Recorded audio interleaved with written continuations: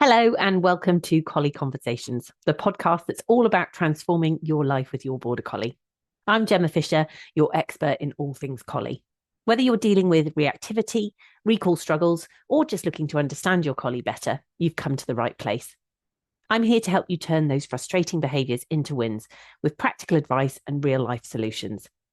If you haven't already, head over to our Facebook group to get your collie questions answered in my weekly live Q&A session. Plus, the group also has training guides, my recommended resources from the podcast, and lots of other extra support and tips for collie owners just like you. Today, we're going to be discussing the question, if collies are so easy to train, why can they be such a handful to live with? So grab a cup of tea and get ready to make some notes. Let's get started. Now, most people, I think, would agree with the statement, Border Collies are easy to train. You know, pick up any book on Border Collies, and that will be one of the things that is said about the breed, that they are easy to train. And I think that there's lots of owners that would probably agree with that too, potentially with some caveats. So, for example, usually Border Collies are top of their class when it comes to sort of obedience exercises. When I used to teach local training classes, if I needed a dog to demo with, there was normally a Border Collie in the class that was like, Auntie Gemma, pick me, pick me. They enjoy having their little brains exercised, and they are often very good at specific exercises like that. But even then, lots of Border Collie puppies or young dogs can struggle. I remember my collie Ella really struggled in puppy class. And in fact, I stopped going when she was 6 months old because she started growling at the other dogs in the class. And I just didn't think it was the right environment for her. She was obviously quite stressed and not enjoying it. And around that time, we started doing foundation agility, which was outside instead of in a training hall. And she was much happier in that environment. Now, the interesting thing is that despite that early experience of being in the hall like that, she actually went on to become one of my finest demo and stooge dogs, and helped out regularly in the training hall with my training classes there.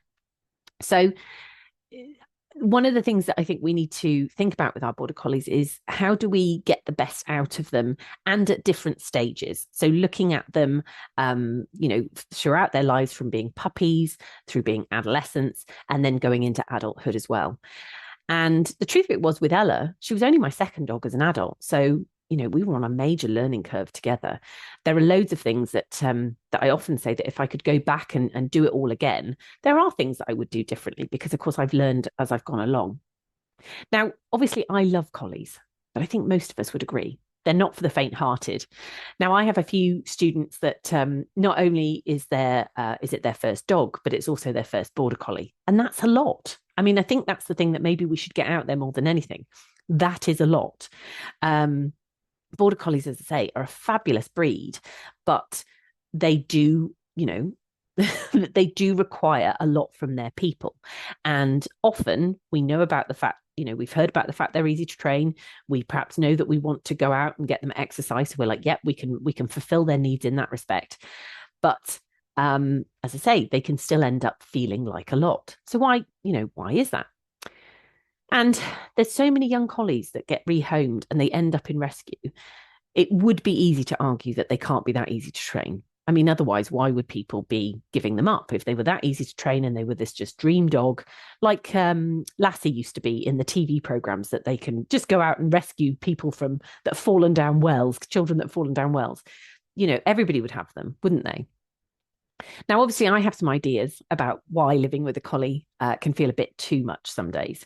I work with a lot of owners, both, as I say, owners of their first-time owners and first-time Border Collie owners, but also sometimes people who have had Border Collies all their life and then now they've got this one collie and they're really, really struggling. Now, you might remember in episode 3 in season 1, I talked about some of the breed traits around a Border Collie. So I'm just going to go through them again briefly here. So tenacious equals no, means try harder. Tenacious means go on, keep going. Hardworking, so they need a job. Tractability, they want to please. Keen, needs mental stimulation. Alert, wants to know what's going on. Responsive, quick to notice sights and sounds. Intelligent, a brain that needs exercising. All right, so all of those are traits that are part of who the Border Collie is, and they sound pretty good, don't they? And the truth of it is, the traits can be wonderful when you have a definite job for a Border Collie. So I love that my dogs try really hard in their training sessions, and they'll stay focused on getting things right, even when I challenge them, even when I make it difficult for them to get the correct answer. In fact, that's often when we get the most joy out of it, because they really dig in and they're like, do you know what? I'll show you, mum. And then we both celebrate that they've managed to, figure out the answer, even when I made it hard. And every time I start a training session, I'm in absolutely no doubt about how much my dogs want to please me. They love being right and making me pleased with them. Todd, in particular, as my male Border Collie, he loves being told he's a good boy. Like, that is one of the most favourite things that he can hear in a day. Mummy's good boy. You're a good boy. He loves that. And in their agility training, I want them to pay close attention to what I'm doing. I need them to respond quickly to my body language and the verbal cues that I'm giving them. Agility is a time sport. So if they were slow with their responses, that would obviously have an impact on our performance ability. And their intelligence is a big part of why I love them and the breed as a whole. But, and this is a big but, there are obviously some downsides to some of those traits too. Now, again, if you remember what Border Collies were bred to do, they were bred to control livestock. All right. And they're really good at it. I've had the opportunity to go and take my dogs and work on sheep a few times. And it's just magic to see them working at what they were bred to do. It is a wonderful thing. And I have other Border Collie friends who are just like, it's wonderful to see them doing the job that they were bred to do. But it's important to understand that controlling things makes them happy. That fulfills their genetic makeup. And as I say, if they have a job such as herding sheep or such as doing agility or some other job, then that's fine. But when I work with struggling owners, it's exactly that trait, the controlling thing, which is eroding their confidence in their ability to handle their dog's behavior. Because essentially their dog isn't looking to them for guidance. Their dog is not going, how should I proceed? Should I bark at that person or that dog? How do you feel about it? They're not doing any of that. The dog is going, I'm in charge of this. I can cope with this. When clearly that doesn't appear to be the case. Their behavior is not ideal. But their person is really struggling because their dog is slowly eroding their confidence in their ability to be able to guide them. And Border Collies who control households are a big problem to live with. Really big problem to live with. I think of these dogs, I kind of affectionately think of these dogs as border control police. All right. So they have a long list of triggers, things that wind them up, cause them to get agitated. And when I say agitated, that looks like pacing around, not being able to settle, being what I call hypervigilant, making sure that what's going on out and about or listening out for sounds, barking at, whatever sort of annoys them or makes them worry. So if they see somebody walking past or they hear something in the distance, oh my gosh, we're on high alert and barking. And then worst case scenario, we get growling and snarling. Some dogs that don't like their people leaving the house, that can become, an area for conflict for them. And the members of that household where the collie lives, they end up working around their dog to minimize upsetting them.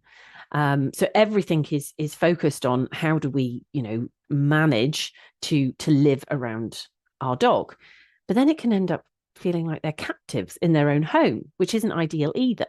A dog ideally should increase the joy in our life, not reduce it by, making the world smaller. And then more than that, a collie which is that upset a lot of the time isn't in a good place to learn new things. So it's not well placed to then be able to learn different ways of handling life, which would improve things for both the dog, but also for the human beings around them as well. When we're really stressed, we are just not in a position to learn. We know this as human beings, and it's exactly the same for our dogs. So what we want to do when we implement a training or behavior program is have them in a state where, they can start to learn different skills, can start to look to different ways of behaving in certain situations.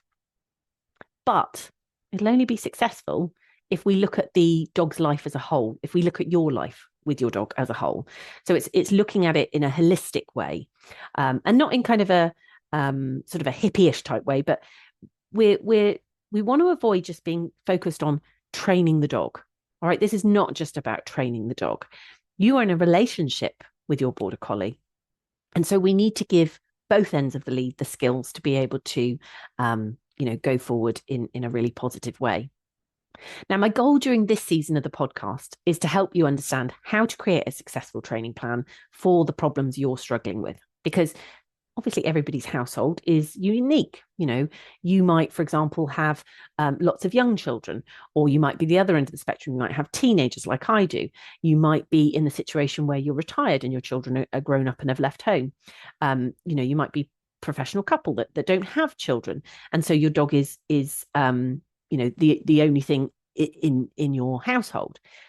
So we're going to be looking into our collies' physical needs, their diet, their exercise, the rest and physical health needs, how they are in their bodies, because what we know to be true is that we cannot go about changing anything where the dog is physically in pain, or maybe, in terms of diet, that there's hyperactivity there in terms of what they're being fed. So we need to address those physical needs in order to make sure that we're in a good position to go forward with our training plan. And we're also going to be looking at how to help them feel safe and secure.